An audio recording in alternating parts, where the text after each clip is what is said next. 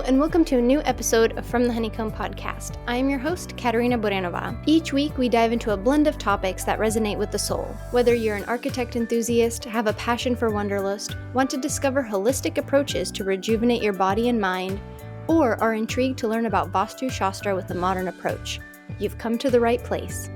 Join me as I sit down with inspiring, like-minded women from various walks of life.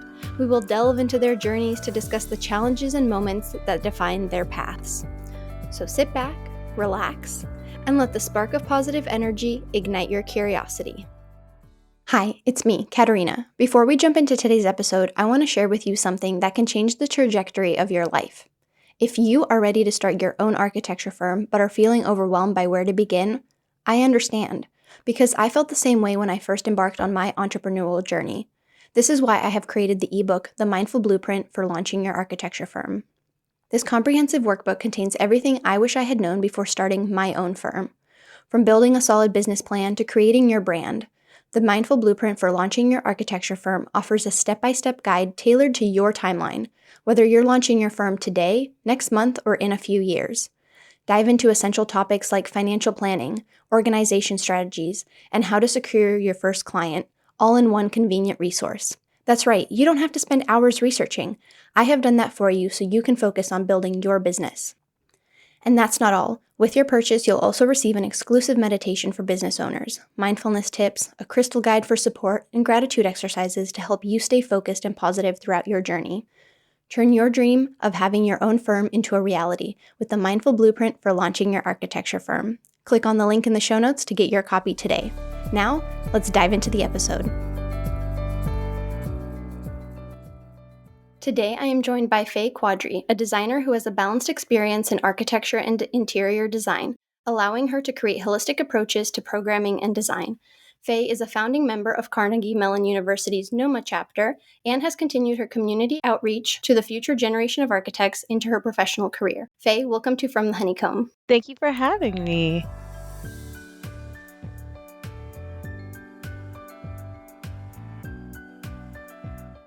And as you know, we begin every episode by sharing something that we are grateful for in the present moment. So what are you grateful for? Oh, my goodness. I think right now I'm really grateful for the grace that my family's giving me in this time. I know that we haven't touched on the topic yet, but because I'm studying so much and I have a lot on my plate right now, they're giving me a lot of grace in managing my schedule and making sure that I still have time for them and making time to balance for studying. So I'm really grateful for them and the space they're giving me to just crack down, getting these exams done, and then getting back to living a life. Oh, I love it because so many people don't realize what it takes to be an architect, and especially the people who don't realize it is our family. And so having supportive family throughout this process, and we'll get to that, is so, so important. They're really great. I'm really thankful. I don't think I'll be able to do this as continuously without them. So. Oh, well, good.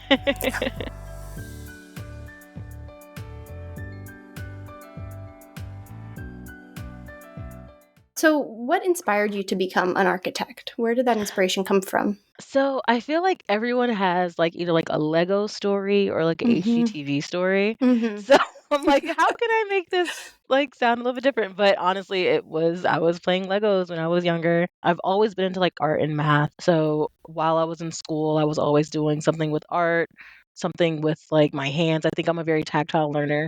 So I don't think I truly knew what architecture was until 9th or 10th grade when I was in high school. I took my first drafting course, absolutely fell in love with it. And then my drafting teacher encouraged me to do a pre-college program. So I went to Catholic University for a summer program and fell in love with it completely. So after high school, went to Carnegie Mellon and went through their program. And from there, I got a deeper understanding of how humans move through space. And I think that's been my main driving factor as to how I approach design now that I'm working in the industry now. So 8 years removed, it's nice seeing how once you graduated, how the skills I learned even when I was growing up in high school and college are now affecting the way I'm viewing spaces as an architect and interior designer. And that's so important in architecture, is to understand how people move through the space.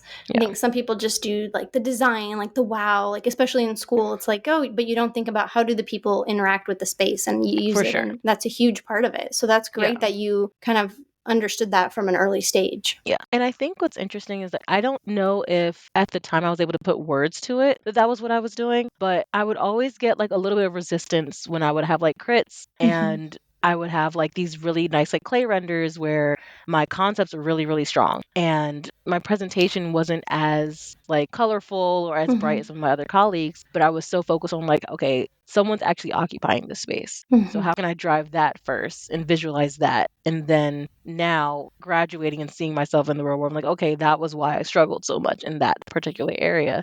But it's because I'm so big on the empathetic part of spaces and how they affect people and how they move.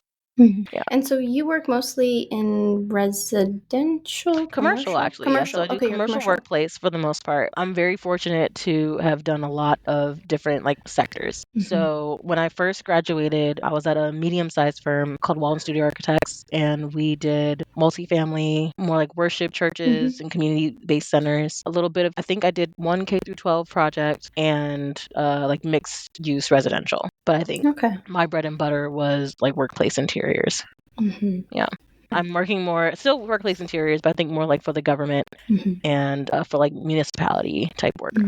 Got it. No, it's so good that you were exposed to different like sectors of architecture, like different possibilities, because I think people also don't realize is architecture, it's such a broad field and there's so much that you can do. Things. There's so many things. And I think one thing I love about the education side of architecture and the profession is that a lot of the skills that we're learning like apply to many different areas in the design realm. And not even just architecture. Like we can go into tech, we can go into like strategy, and we can do all these things. But I love that once you get the baseline from school, you're able to apply it to any type of project typology that you choose. Yeah, it really is your world, honestly, which is what I love about it. No, that's great. And so tell us where you are in your ARE journey. So right now I'm coming off of a 2-year hiatus. Good for you. Thank you.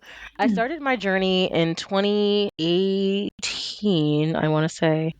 2018 after I finished all of my ARE, my AXP hours. And I think for me, I wanted to make sure I got all my hours out the way before I started studying. And so once I got all my hours, I started studying in 4.0. And I think it was right when they had the 4.0, 5.0 transition and failed my first exam. And I said, you know what? We're just going to transition to 5.0. We're just going to start new and not even worry about it.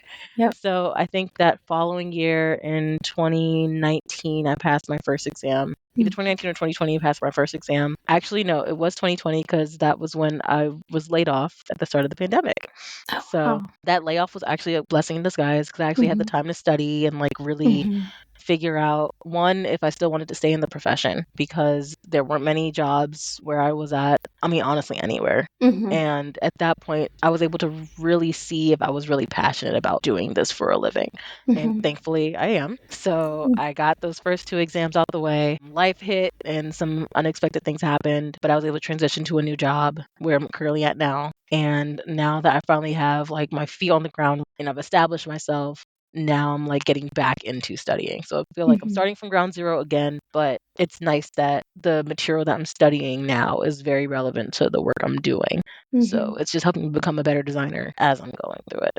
That's good that you have that perspective because there's, but the exams that like they're actually helping you with what the work you do. Because sometimes there's moments, and I think because you do a lot more commercial work, like for me, the exams, a lot of it was commercial and I'm strictly really residential. So I found a little bit of, I was like, well, really, do we need to have that? Or that's not very common. But the exams did teach me a lot as well. You know, you learn a lot in architecture school. You learn incredible amounts of information working at different places. And that's why I think it's really good that you were exposed to different like fields of architecture, working and designing, because that's where you get to learn.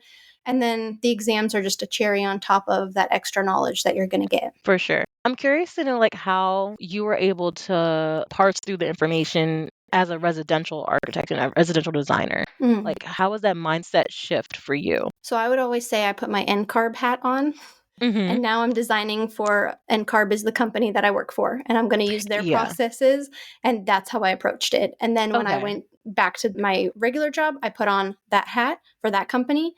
And so I always like just put on different hats depending on what the question or what I was working on. And that helped me differentiate, because then I learned like the NCARB way, and then I learned the way that my employer does it, which is also sometimes different. There's always, I mean, every architecture firm does everything, a little bit differently based off of, their size, what projects they have, their past experiences, the current clients. There's just so much that goes into it. So I would just say, like, I'm putting on my NCARB hat, and that's how I compartmentalized it. It's funny that you actually mentioned that too, because I agree with you 100%. Like, you really have to put on the NCARB hat when you're studying for these exams, because they do have a particular way of you answering it. And I think one thing that tripped me up early on was that I was answering it in the way that I was doing it at work.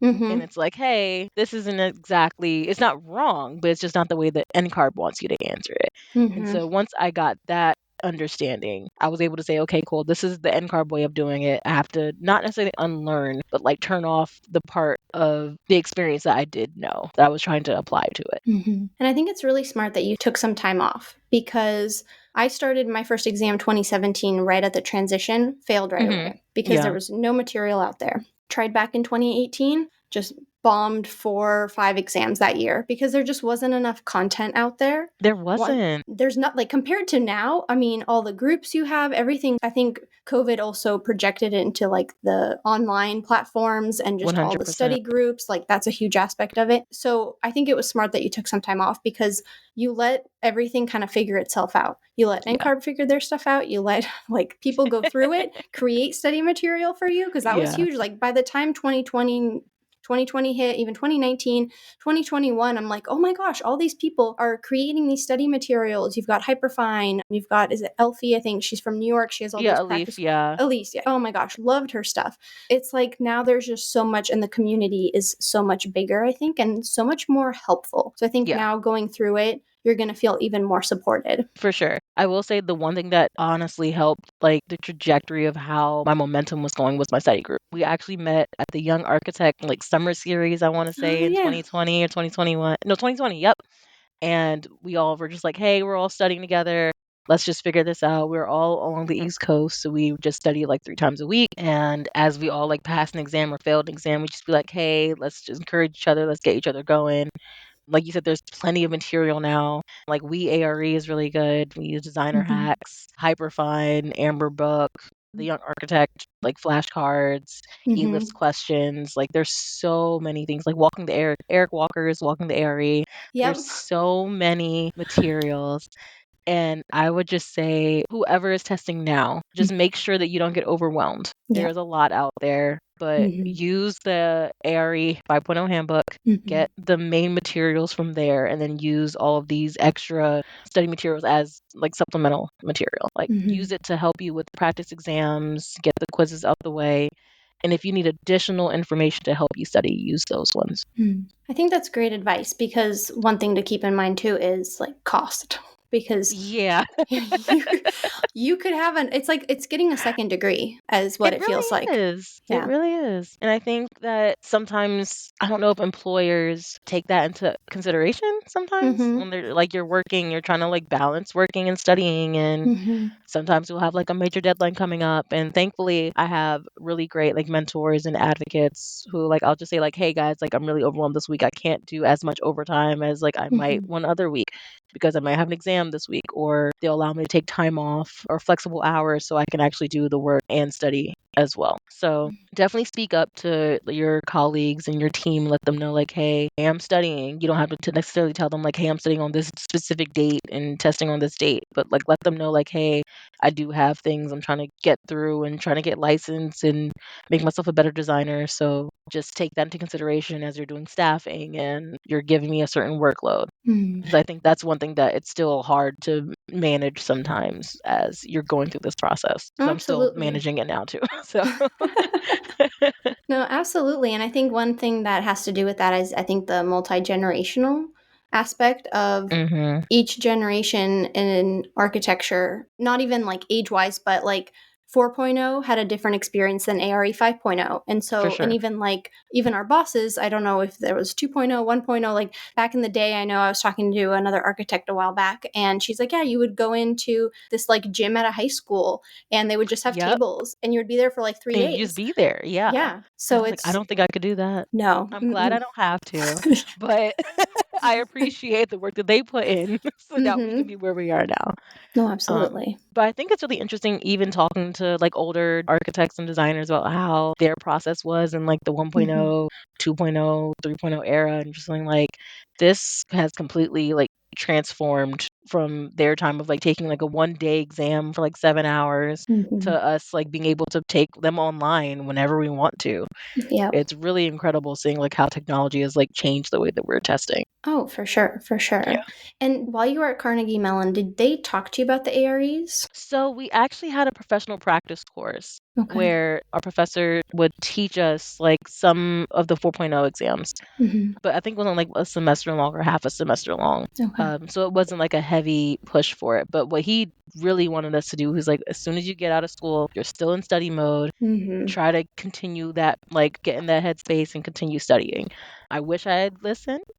But, life has its way of like throwing its own curveballs at you. But it's nice knowing that he was really making sure, like, once you become a licensed architect, it'll be easier for you to be a better designer just showing up because you have so much more knowledge and you can be more practical with the way you're designing. Oh, That was one thing absolutely. he always pushed. He said, just be a practical designer. You can be a great, like, you can be a sketch artist, do all these things. But, like, if you don't actually know how these buildings are coming together, you don't know how much, like, time and cost play into what we're actually designing for the built environment, what's the point?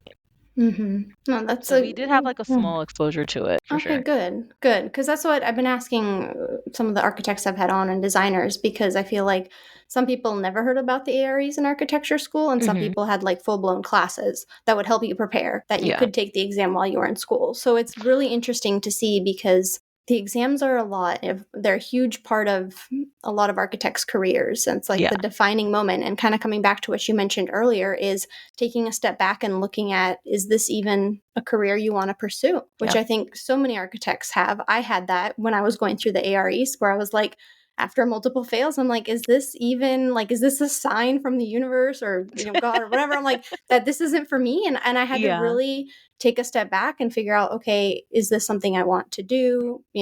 But it is. There's no other option for me. Like, I love architecture. I'm just like, I'm going to make it happen. I'm going to do it. And I Yeah. did. So that's great. Finally. Yes. I'm going to But say your it's, goals. yes, Congratulations thank also. you. Because, I mean, it's not easy moving on from those fails, too. No. Especially, like, when you get them, like, back to back to back. Like, I know there hasn't been an exam that I've taken that I've, like, passed on the first try yet. Okay. And at first that bothered me because then you'd hear like people in like the 6 and 6, they'll take all 6 exams in 6 weeks and then they're good, or they'll study one particular study material and they'll pass it after 2 months, and I'm just like, that's not me. Yep. Is No. it me? Like, am I just like not getting the material? Like, am I just not a good designer? Like, no, that's not true. That's just not your study style. So once you find out your study style, you're like, okay, cool. I might need a little bit more time to actually understand this. It's not a race. And thankfully, it's no longer a race because the rolling clock is lifted. So now I can actually take my time and still get this done. I mean, I personally am still holding myself to my 5-year rolling clock. So next year, in June, I want to say June or July is like my 5 year. But I'm personally still trying to hold myself to that, to not let it lapse and wait any longer. Like I said, I think now I'm at a good point where this hiatus allowed me to like truly take a step back and like get myself back into like a better mental space. And now there's better material I can actually pare down to not being overwhelmed by 500 different study quizzes and things like that. So I can actually just focus on what I know works for me and just power through. Yeah. And that's what you have to do, is power through. And I think, like you said, the fails. There was one exam I passed on the first try, which was CE. Don't ask me Nice. how. It never happened again. It never happened again. I have one friend who's going through CE right now, and I've been like trying to give her advice, but I'm like, I don't know. That was the one. I'm like, it was a one and done. I just don't know what happened. But like PDD took me, the second time around, it took me 6 tries, but in the end, I technically took it 8 times. Wow. Okay. And it's like, that just sometimes it is what it is. And Yeah. one thing is, like you were saying, it doesn't make, like, especially those people who, the 6 and 6, it's like, that doesn't make you a better architect or designer just because you were able to get through the AREs. And if you're someone who's continuously failing and are just like, I don't know, like, does this make me a bad architect? It doesn't. It just means you just haven't figured out how to, like you said, to take the test to understand what study material do you need. And there's so much stuff out there now. So I think it's just reassessing. And I think, like, you took that break. I think that was really important because you can't go into it in a bad mental headspace, especially. Absolutely. Absolutely. I think one thing that we don't really take into consideration is like the mental health of everybody when like you're going in this process. Like I said in the beginning of the episode, like I'm really grateful for my family. There were definitely times where like I would try to force myself to study because people were like, hey, like you were doing so well. You had all this momentum. What's going on? I'm like, guys, like I just can't. Like I just can't right now. Life is lifing. And it's getting it's getting to the point where it's just I cannot manage having a home life, having a work life, and still trying to study for 2 hours a day, And they were able to like meet me where I was. And like I'm glad now that my schedule is clear. They're still being like, hey, I'm your accountability partner. You said you're gonna study today. What's going on? You're on your phone, chilling. I'm gonna take your phone, get some work done. Or they'll be like, hey, like, here's some lo-fi music. Here's some new tracks you can listen to while you're studying. Get yourself ready. And one thing that I used to do a lot that I'm getting back into now is just like focusing on the small wins. So like if I take like a practice exam and I get like a higher score than I was expecting, like I'll get like myself a small treat. When I pass an exam, like I'll just go out to dinner with my partner or like my family and they'll be like, hey, like we're still rooting for you. He'll send like cards or like my friends will send flowers and be like, hey, you still got this. And I'm like, I really appreciate the community that I have. So then when I do finish my exams, it'll just be a bigger celebration. And I love that.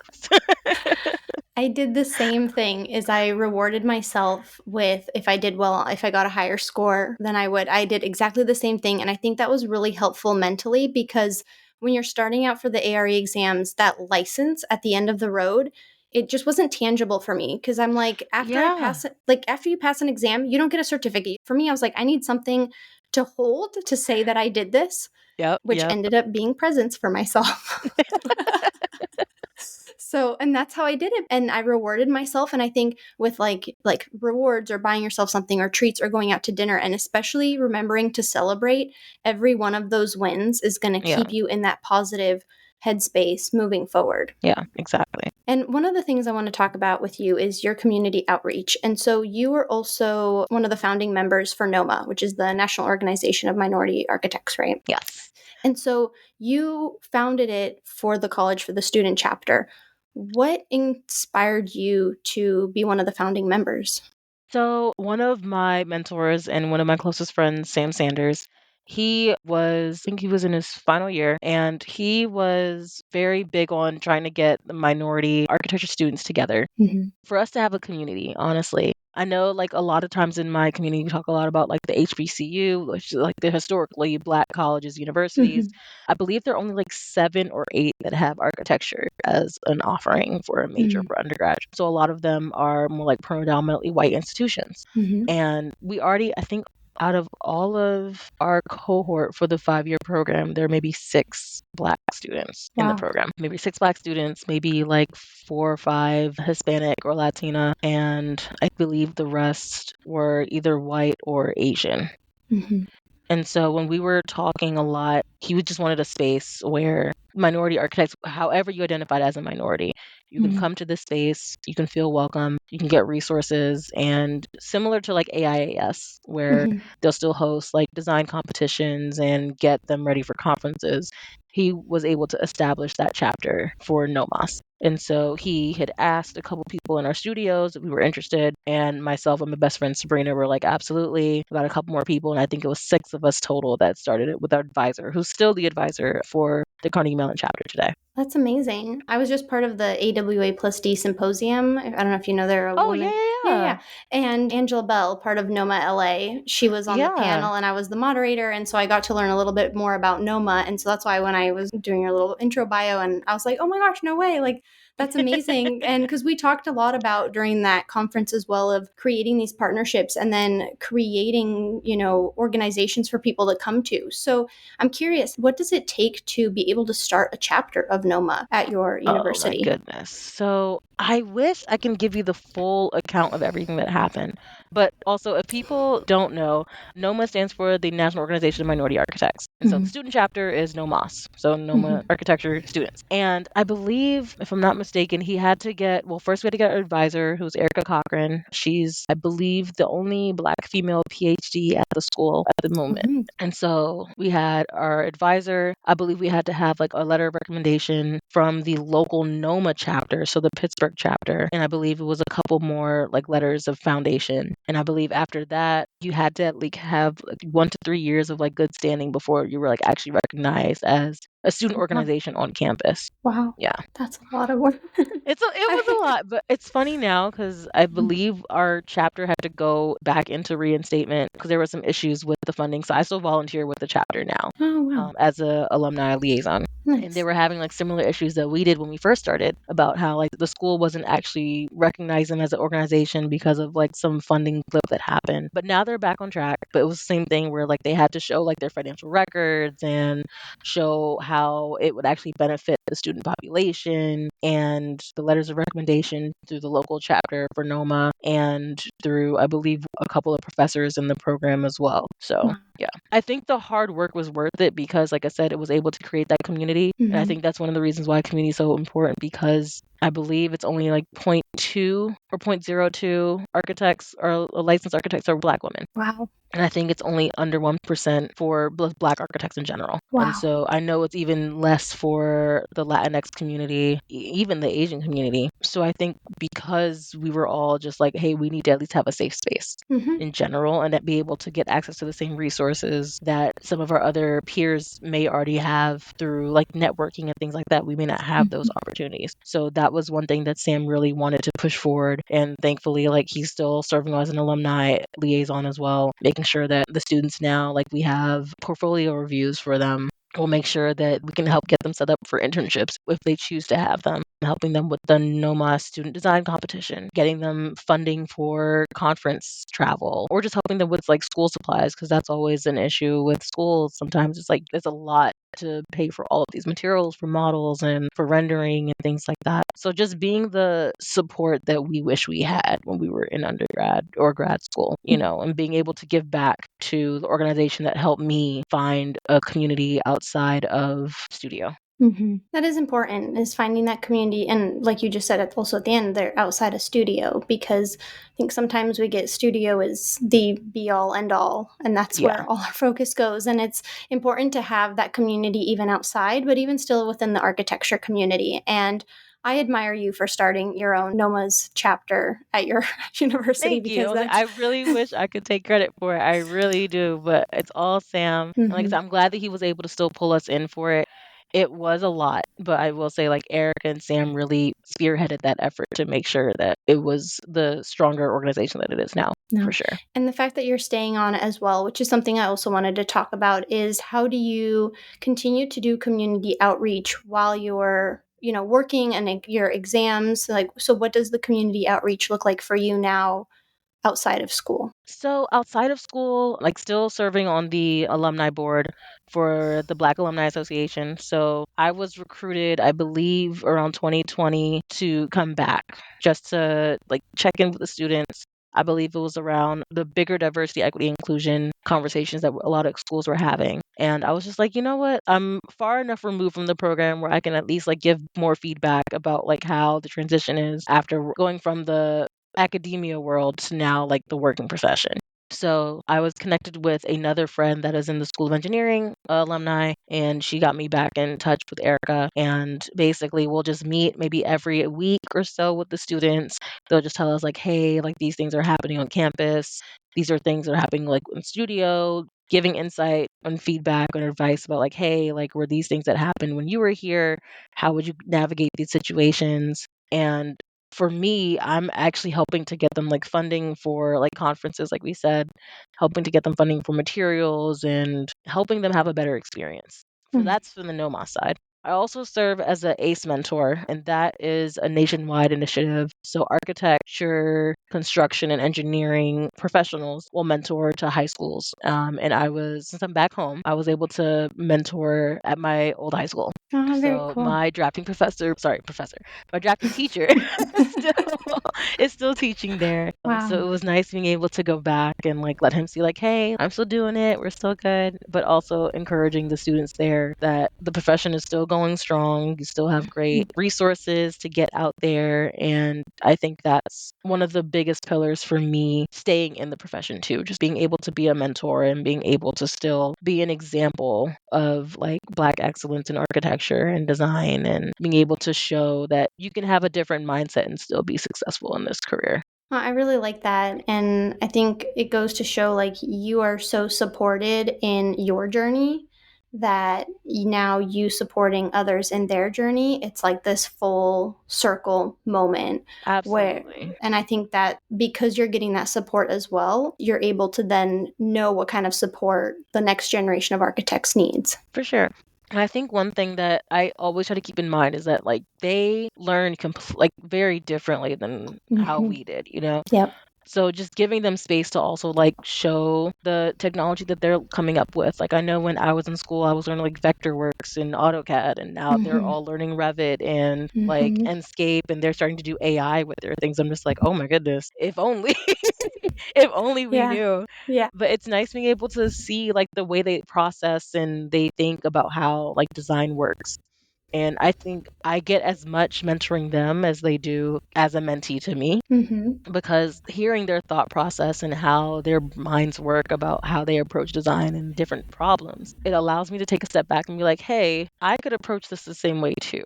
Like, I'm not thinking of this design problem in like budget conscious. I think sometimes we get so caught up in that headspace where we kind of constrict ourselves to like what we actually can do. Yeah. And you can just go back to like just being a child and being like, hey, we just want to think big, dream big, and you can make it happen still for a decent cost. But I think sometimes as a professional, we get so bogged down by the numbers that we don't allow ourselves to like truly like just let go and just be creative. And I think being able to mentor and give back, they help me stay in a bigger headspace when I'm designing.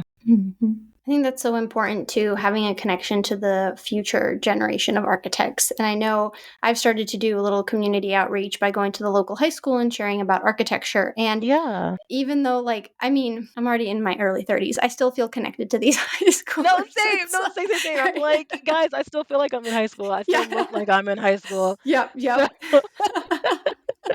So same thing. So I like my energy feels very useful with them, but it's interesting the questions they ask. yeah. And just like their perspective. And you brought up, AI, which is a huge component of design for the next generation. Like I was just reading an article this morning about how some design awards in Germany is having an AI category where you can like design AI Ooh. furniture.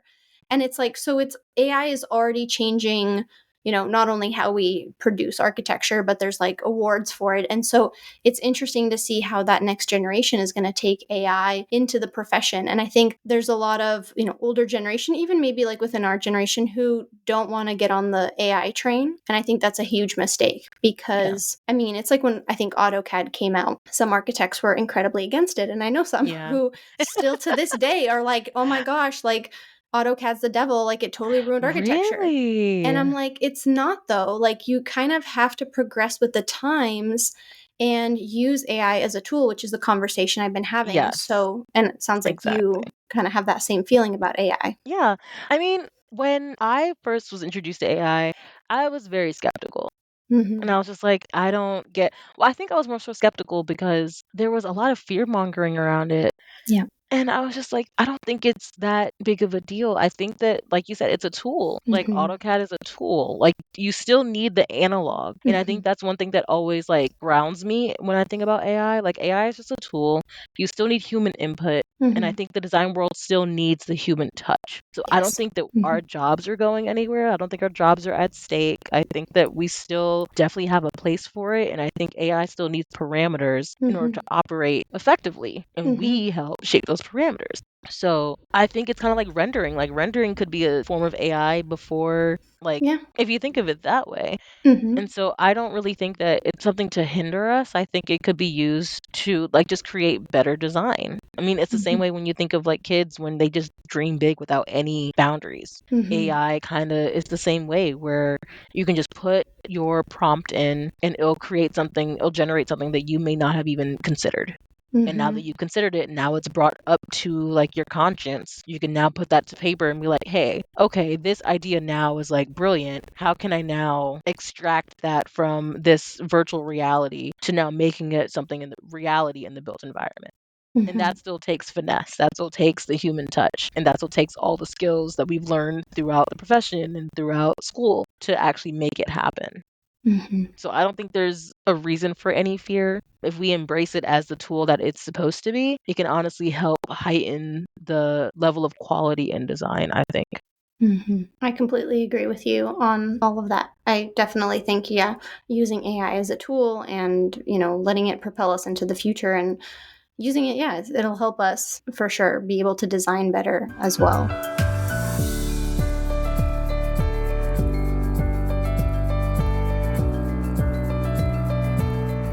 Well, Faye, thank you so much. I really enjoyed this conversation, starting with, talking about architecture school, you going through the exams, finding, the architecture that you also resonate with, your community outreach, and even now talking about the future in AI. So I really appreciate you coming on and have really loved this conversation. Thank you, Katerina. I really appreciate the time that you took to just allow me to tell my story. I know Yeah. that it's not always the easiest being like, hey, you're coming back from this hiatus of like Mm-hmm. studying and everything. So thank you for giving me grace and allowing me to share Mm-hmm. my story. Of And course. hopefully in a couple months I can come back with an update Yeah. that I got these under the way. I got them passed and we're good to go. And I can introduce you as an architect. That's a big I would thing. love that. Well, good. Well, Faye, where can listeners find you? So you guys can find me on Instagram at hey.faye. I also have a YouTube that was also in hiatus but is Okay. coming back. I believe it's Hey It's Faye, and I believe my website as well is Hey It's Faye as well. But you can go find those in the show notes. Yes, I'll have them in the show notes. Well, Faye, thank you so much. Thank you so much. Have a good day, everyone. Thanks.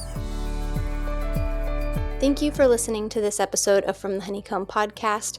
As we conclude, I want to express my gratitude for joining me in today's episode. I hope you have found it insightful and inspiring. If you enjoyed today's episode, please take a moment to rate, review, and click that like button so you never miss an episode. And don't forget to share this with your friends. You can follow me on Instagram at From the Honeycomb Podcast, and you can also further your support of From the Honeycomb by visiting the Patreon link provided in the show notes. Your contribution helps make more episodes possible. And lastly, don't forget to subscribe to my monthly newsletter, A Spark of Positive Energy, that comes out on the 7th of each month. Thank you so much, and see you next Friday.